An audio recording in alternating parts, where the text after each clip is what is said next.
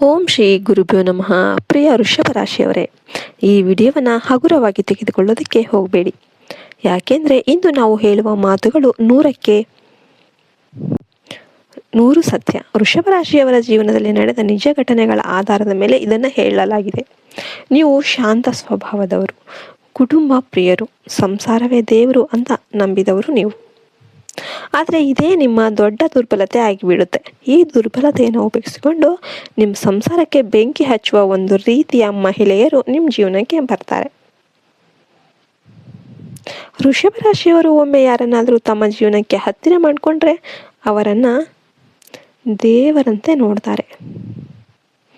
ಸ್ನೇಹನೇ ಆಗಿರಲಿ, ಸಂಬಂಧನೇ ಆಗಿರಲಿ, ಸಹಾನುಭೂತಿ, ಸಹನೆ, ತ್ಯಾಗ ಎಲ್ಲವನ್ನು ಕೂಡ ತೋರಿಸ್ತಾರೆ. ಆದರೆ ಜ್ಯೋತಿಷ್ಯ ಶಾಸ್ತ್ರ ಹೇಳುತ್ತೆ, ವೃಷಭ ರಾಶಿಯವರ ಜೀವನದಲ್ಲಿ ಒಂದು ನಿರ್ದಿಷ್ಟ ಹೆಸರಿನ ಮಹಿಳೆ ಬಂದರೆ ಆ ಮನೆ ಶಾಂತಿ ನಿಧಾನವಾಗಿ ನಾಶವಾಗುತ್ತೆ ಅಂತ. ಆ ಮಹಿಳೆ ನೇರವಾಗಿ ನಿಮ್ಮ ವಿರುದ್ಧ ಬರೋದಿಲ್ಲ. ಮೊದಲಿಗೆ ನಿಮ್ಮ ಮನೆಯೊಳಗೆ ಪ್ರವೇಶ ಮಾಡ್ತಾಳೆ. ಸ್ನೇಹದ ಹೆಸರಿನಲ್ಲಿ ನಿಮ್ಮ ಹೆಂಡತಿ ಅಥವಾ ಗಂಡನ ಜೊತೆ ಆತ್ಮೀಯಳಂತೆ ನಟನೆ ಮಾಡ್ತಾಳೆ. ನಾನು ನಿನ್ನ ಒಳಿತು ಮಾತ್ರ ಬಯಸುವವಳು ಅಂತ ನಾಟಕ ಮಾಡ್ತಾಳೆ. ಆದರೆ ಆಕೆ ಮಾತುಗಳಲ್ಲಿ ವಿಷ ಮಿಶ್ರಿತ ಆಗಿರುತ್ತೆ. ಸಣ್ಣ ಸಣ್ಣ ಅನುಮಾನಗಳನ್ನು ನಿಮ್ಮ ಮನಸ್ಸಿನಲ್ಲಿ ಬಿತ್ತಾ ಹೋಗ್ತಾಳೆ. ನಿಮ್ಮ ಗಂಡ ನಿಮಗೆ ಗೌರವ ಕೊಡ್ತಿಲ್ಲ, ನಿಮ್ಮ ಹೆಂಡತಿಗೆ ನಿಮ್ಮ ಬೆಲೆ ಗೊತ್ತಿಲ್ಲ, ನೀವು ಇಷ್ಟು ಒಳ್ಳೆಯವರು ಆದರೆ ನಿಮ್ಮ ಜೊತೆಯಲ್ಲಿರುವವರು ನಿಮಗೆ ಯೋಗ್ಯರಲ್ಲ. ಈ ಥರ ಮಾತುಗಳನ್ನು ದಿನದಿಂದ ದಿನಕ್ಕೆ ನಿಮ್ಮ ಮನಸ್ಸಲ್ಲಿ ಬಿತ್ತಾ ಹೋಗ್ತಾಳೆ. ವೃಷಭ ರಾಶಿಯವರು ಸಹನಶೀಲರು, ಎಲ್ಲವನ್ನ ಮೌನವಾಗಿ ಸಹಿಸ್ತಾರೆ. ಆದರೆ ಒಂದು ಹಂತದ ನಂತರ ನಿಮ್ಮ ಸಹನನೇ ಸ್ಫೋಟವಾಗಿ ಬಿಡುತ್ತೆ. ಆಗ ಜಗಳಗಳು ಶುರುವಾಗುತ್ತೆ. ನಿಮ್ಮ ಮನೆಯಲ್ಲಿ ಮಾತುಕತೆ ಕಡಿಮೆ ಆಗುತ್ತೆ, ನಗು ಮಾಯವಾಗುತ್ತೆ, ಮಕ್ಕಳ ಮುಂದೆನೇ ಗಂಡ ಹೆಂಡತಿಯ ಜಗಳ ನಡೆಯುತ್ತೆ. ಇದಕ್ಕೆ ಕಾರಣ ಯಾರು ಎಂಬುದು ನಿಮಗೆ ಗೊತ್ತಾಗೋದಿಲ್ಲ. ಆದರೆ ಒಳಗಿನಿಂದ ಸಂಸಾರವನ್ನು ಒಡೆದು ಹಾಕುವ ಕೆಲಸ ಆ ಮಹಿಳೆ ಮಾಡ್ತಾ ಇರ್ತಾಳೆ.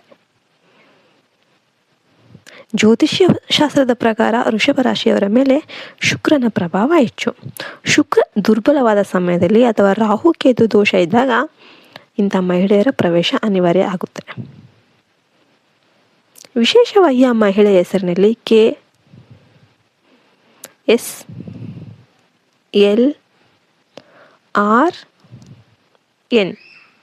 ಅಕ್ಷರಗಳೇನಾದರೂ ಇದ್ದರೆ ನೀವು ಎಚ್ಚರಿಕೆಯಿಂದ ಇರಬೇಕಾಗುತ್ತೆ.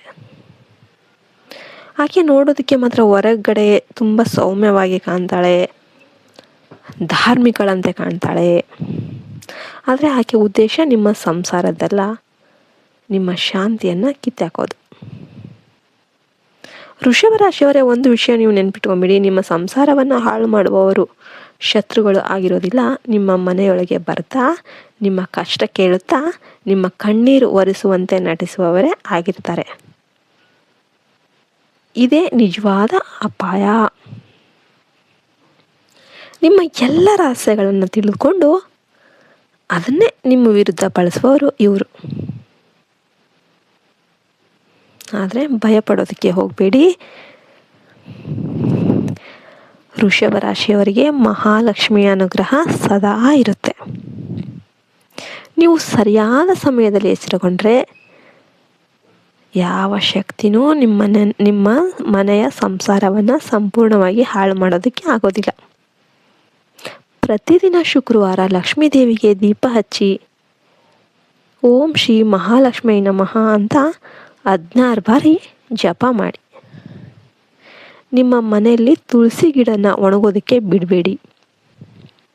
ನಿಮ್ಮ ಸಂಸಾರದ ವಿಷಯಗಳನ್ನು 3ನೇ ವ್ಯಕ್ತಿಯ ಮುಂದೆ ಹೇಳುವುದನ್ನು ತಕ್ಷಣ ನಿಲ್ಲಿಸಿ. ನಿಮ್ಮ ಮನೆಯಲ್ಲಿ ಏನೇ ಆಗಲಿ, ಯಾರ ಜೊತೆ ಮಾತಾಡಿದ್ರು ಊಟ ಆಯ್ತಾ, ತಿಂಡಿ ಆಯ್ತಾ, ಚೆನ್ನಾಗಿದ್ದೀರಾ ಅಷ್ಟೆಲ್ಲ ಇರಬೇಕೇ ಹೊರತು ನಿಮ್ಮ ಸಂಸಾರದ ಗುಟ್ಟನ್ನು 3ನೇಯವರ ಹತ್ರ ಯಾವುದೇ ಕಾರಣಕ್ಕೂ ಹೇಳೋದಕ್ಕೆ ಹೋಗಬಾರ್ದು. ವೃಷಭ ರಾಶಿಯವರೇ, ನಿಮ್ಮ ಶಾಂತಿ ನಿಮ್ಮ ಕೈಯಲ್ಲೇ ಇದೆ. ಮೂರನೇ ಮಹಿಳೆಯ ಮಾತಿಗೆ ಕಿವಿಗೊಟ್ಟು ನಿಮ್ಮ ಜೀವನದ ಅಮೂಲ್ಯ ವರ್ಷಗಳನ್ನು ಕಳೆದುಕೊಳ್ಳೋದಕ್ಕೆ ಹೋಗಬೇಡಿ. ಹಿಂದೆ ಎಚ್ಚರಗೊಂಡ್ರೆ ನಾಳೆ ನಿಮ್ಮ ಮನೆ ಮತ್ತೆ ಸ್ವರ್ಗವಾಗುತ್ತೆ. ಇಲ್ಲದಿದ್ದರೆ ಪಶ್ಚಾತ್ತಾಪ ಮಾತ್ರ ಉಳಿಯುತ್ತೆ. ಈ ವಿಡಿಯೋ ನಿಮಗೆ ಇಷ್ಟ ಆದರೆ ಲೈಕ್ ಮಾಡಿ, ಶೇರ್ ಮಾಡಿ, ಸಬ್ಸ್ಕ್ರೈಬ್ ಮಾಡಿ. ವಿಡಿಯೋಗೆ ಒಂದು ಲೈಕ್ ಕೊಡೋದ್ರಿಂದ ಈ ರಾಶಿಯ ಎಲ್ಲರಿಗೂ ಕೂಡ ವಿಡಿಯೋ ರೀಚ್ ಆಗುತ್ತೆ.